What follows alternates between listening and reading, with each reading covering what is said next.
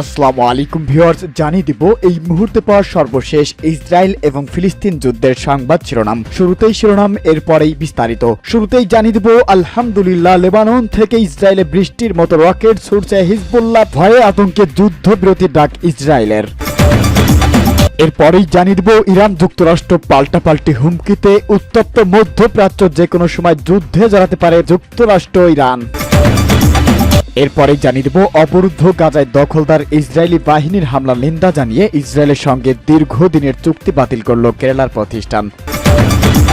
এছাড়াও থাকছে, যথেষ্ট হয়েছে, ইসরায়েলকে কড়া হুঁশিয়ারি দিয়েছেন কাতারের আমির। তিনি বলেছেন, অবিলম্বে গাজায় অস্ত্রবিরতি না করলে ইসরায়েলকে দেখে নেবে কাতার। এছাড়াও জানিয়ে দেব, এবার যুক্তরাষ্ট্রে হামলার পরিকল্পনায় চীনের পারমাণবিক অস্ত্র ভান্ডার ব্যাপকভাবে বেড়েছে বলে মন্তব্য। সর্বশেষ জানিয়ে দেব, ইরাকের মার্কিন সেনা ঘাঁটিতে কয়েক দফার রকেট হামলা, পালিয়ে যেতে বাধ্য হয়েছেন মার্কিন সেনারা। আসসালামু আলাইকুম ভিউয়ার্স, জানিয়ে দিব এই মুহূর্তে পাওয়া সর্বশেষ ইসরায়েল এবং ফিলিস্তিন যুদ্ধের সংবাদ শিরোনাম। শুরুতেই শিরোনাম, এরপরেই বিস্তারিত। শুরুতেই জানিয়ে দিব, আলহামদুলিল্লাহ, লেবানন থেকে ইসরায়েলে বৃষ্টির মতো রকেট ছুড়ছে হিজবুল্লাহ, ভয়ে আতঙ্কে যুদ্ধবিরতির ডাক ইসরায়েলের। এরপরেই জানিয়ে দিব, ইরান যুক্তরাষ্ট্র পাল্টাপাল্টি হুমকিতে উত্তপ্ত মধ্যপ্রাচ্য, যে কোনো সময় যুদ্ধে জড়াতে পারে যুক্তরাষ্ট্র ইরান।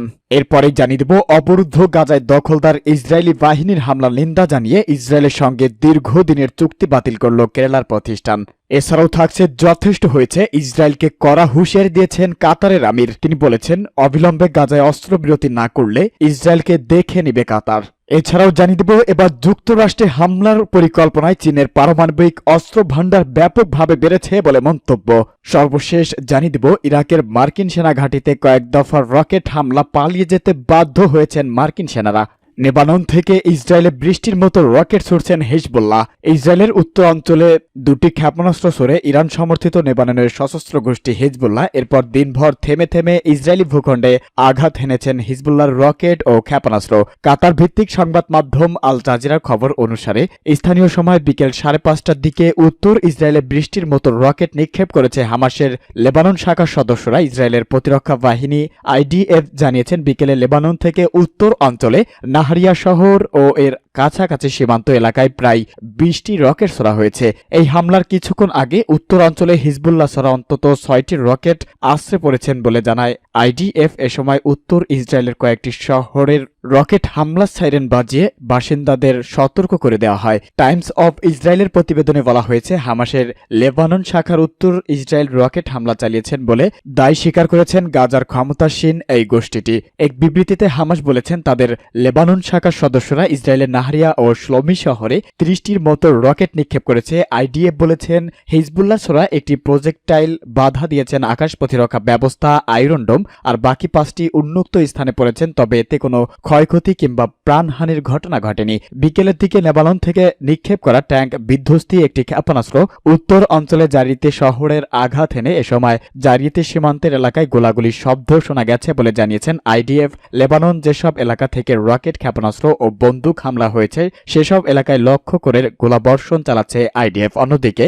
লেবাননের সীমান্ত লাগোয়া ইসরায়েলের কয়েকটি শহর ও উত্তর অঞ্চলের নাহরিয়া শহরের রকেট হামলার বিষয়ে সাইরেন বাজিয়ে বাসিন্দাদের সতর্ক করে দিয়েছেন IDF। উত্তর অঞ্চলের ইসরায়েলি সামরিক স্থাপনা ও সীমান্ত শহরগুলোতে হিজবুল্লাহর বারবার ক্ষেপণাস্ত্র হামলার পর নাহারিয়ার সাইরেন বাজিয়ে বাসিন্দাদের সতর্ক করে দিয়েছেন ইসরায়েল প্রতিরক্ষা বাহিনী।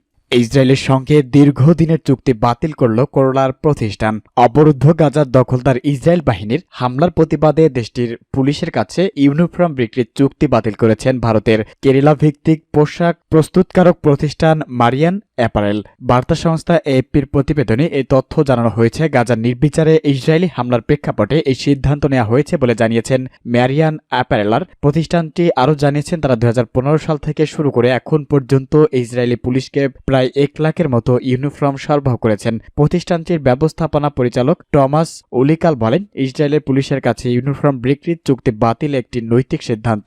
টমাস এক বিবৃতিতে জানান, হাসপাতালে হামলা চালানো ও হাজারো নিরীহ মানুষের প্রাণহানি ঘটনার পরিপ্রেক্ষিতেই এই সিদ্ধান্ত নেওয়া হয়েছে। তিনি আরও বলেন, তার প্রতিষ্ঠান আগের অর্ডার অনুযায়ী ডিসেম্বর পর্যন্ত ইউনিফর্ম সরবরাহ করবে, কিন্তু এর মাঝে ইসরায়েলের পুলিশের কাছ থেকে আর নতুন কোনো অর্ডার গ্রহণ করবেন না তারা।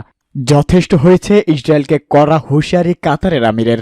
ইসরায়েলকে অবাধ হত্যাযজ্ঞ চালাতে গ্রিন সিগন্যাল না দেওয়ার জন্য বিশ্ব সম্প্রদায়ের প্রতি আহ্বান জানিয়েছেন কাতারের আমির Sheikh Tamim bin Hamad Al Thani. বলেছেন, যথেষ্ট হয়েছে, ইসরায়েলকে নিঃশর্তে সবুজ সংকেত এবং হত্যার অবাধ হুমকি দেওয়া উচিত হচ্ছেন না। ফিলিস্তিনের স্বাস্থ্য মন্ত্রণালয়ের হিসাব মতে গাজা ইসরায়েলি আগ্রাসনে নিহত সংখ্যা ৫,০০০ ছাড়িয়েছে। এর মধ্যে বেশিরভাগই নারী ও শিশু রয়েছেন। শেখ তামিম বলেছেন, আমরা এই বিপজ্জনক সংঘাতের বিরুদ্ধে একটি গুরুত্বপূর্ণ আঞ্চলিক ও আন্তর্জাতিক অবস্থানের আহ্বান জানাই। আমরা যা প্রত্যাখ্যান করছি তা এই অঞ্চল ও গোটা বিশ্বের নিরাপত্তার জন্য হুমকি স্বরূপ। তিনি বলেন, ফিলিস্তিন শিশুদের জীবনের যে কোনো দাম নেই, তাদের চেহারা নেই, দাম নেই, নাম নেই। আমরা এমন দ্বিচারিতা মেনে নেব না। আমরা অবিলম্বে এই যুদ্ধবিরতি বন্ধ করতে হবে ইসরায়েলকে।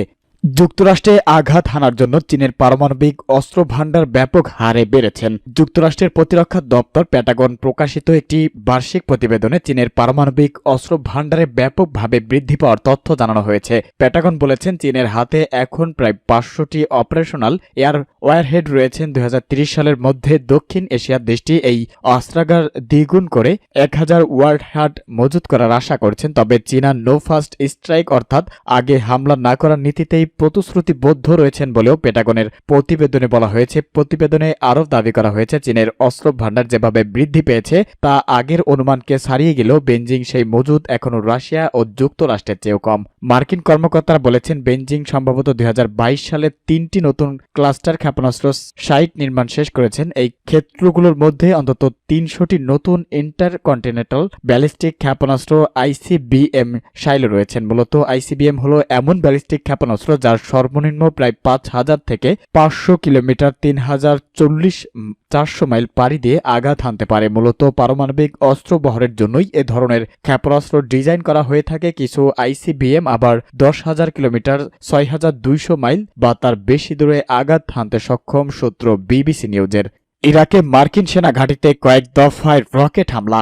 ইরাকের আইন আল আসাদ বিমান ঘাঁটিতে রকেট ও ড্রোন হামলার খবর পাওয়া গেছে। দেশটির পশ্চিম অঞ্চলীয় ওই ঘাঁটিতে যুক্তরাষ্ট্র সহ অন্যান্য দেশের সেনারা থাকেন। ঘাঁটির ভিতরে দুটি বিস্ফোরণের শব্দ শোনা গেছে। দুই নিরাপত্তা সূত্রের বরাত দিয়ে সংবাদ মাধ্যম রয়টার্স এই তথ্য জানিয়েছেন। সূত্র জানায়, ইরাকের সামরিক ঘাঁটির চারপাশে এলাকা বন্ধ করে দেওয়ার পাশাপাশি তল্লাশি শুরু করেছেন। তবে ওই হামলায় কেউ হতাহত হয়েছে কিনা তা জানা যায়নি। ইরাকের পুলিশ জানিয়েছেন, বাগদাদের আন্তর্জাতিক বিমানবন্দরের পাশে আরও একটি ঘাঁটিতে রকেট হামলার ঘটনা ঘটেছে, সেখানেও মার্কিন সেনা রয়েছেন। গত ২৪ ঘন্টায় এ নিয়ে ৪বার ইরাকের সামরিক ঘাঁটিতে হামলার ঘটনা ঘটেছে। এই সবগুলোতে মার্কিন সেনাও রয়েছে।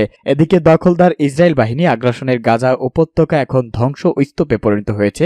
এই অবস্থায় ইসরায়েলকে পূর্ণ সমর্থন জানিয়ে আসছেন যুক্তরাষ্ট্র। ফলে বিশ্বজুড়ে নিন্দার ঝড় উঠছে। বিশেষ করে মধ্যপ্রাচ্য ছড়িয়ে পড়েছেন ক্ষোভ। এজন্য পূর্ব সতর্কতা হিসেবেই নিজ নাগরিকদের জন্য বিশ্বব্যাপী ভ্রমণ সতর্কতা জারি করেছেন মার্কিন স্টেট ডিপার্টমেন্ট। এই ভ্রমণ সতর্কতা যুক্তরাষ্ট্রের জন্য বিরল, কারণ এর আগে ২০২২ সালের আগস্টে আফগানিস্তানে আল কায়েদা নেতা আইমান আল জাওয়াহিরিয়ার হত্যার পর এই ধরনের নোটিশ জারি করা হয়েছিল।